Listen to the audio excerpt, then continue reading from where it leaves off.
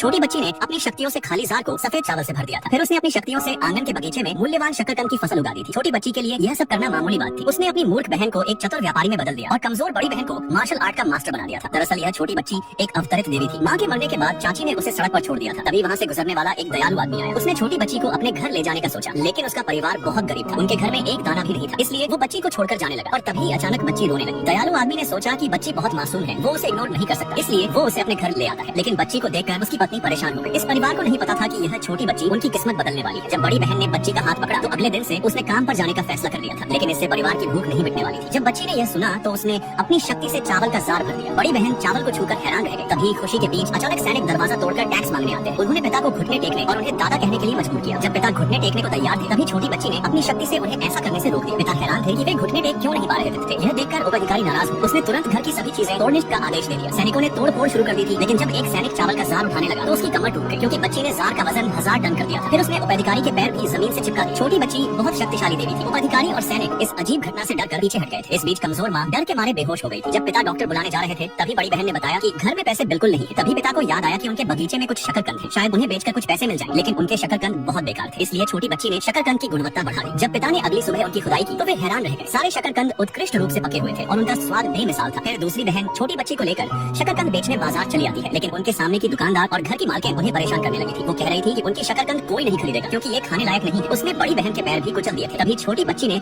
अपना जादू चलाया। उसने परिवार की दूसरी मूर्ख बहन का दिमाग तेज कर दिया था। इसके बाद दूसरी बहन पूरी तरह बदल गई। उसने मालकिन को ऐसे कड़े शब्द सुनाए कि भीड़ के कानों से खून निकलने लगे थे। फिर दूसरी बहन ने चतुराई और बुद्धिमत्ता से लोगों की भीड़ इकट्ठी की और अपने ताजा स्वादिष्ट शकरकंद की गारंटी दी कि अगर खराब निकले तो वो दोगुने पैसे लौटाएगी। दूसरी बहन ने कुल 80 युआन में शकरकंद बेच डाले और अभी भी काफी शकरकंद बचा हुआ था। घर जाते समय अचानक एक अमीर परिवार का युवा मालिक सामने आया जो बहुत बड़ा बेईमान था। उसने दूसरी बहन को छेड़ने की कोशिश की, लेकिन लड़की ने उसके हाथ को काट लिया। वो लड़की के साथ दुर्व्यवहार करने लगा था। जब बड़ी बहन उसे बचाने आई तो उस बेईमान लड़के ने उसे धक्का देकर नीचे गिरा दिया था। वो लाठी लेकर लड़ना चाहती थी, लेकिन एक चाचा ने आकर उसकी लाठी तोड़ दी। वो चाचा उस बेईमान लड़के का साथी था। यह सब देखकर छोटी बच्ची गुस्से में आ गई और उसने अपनी शक्ति से बड़ी बहन को मार्शल आर्ट की मास्टर बना दिया था। फिर बड़ी बहन ने उस बेईमान लड़के और उसके चाचा की जमकर बैंड बजा दी थी।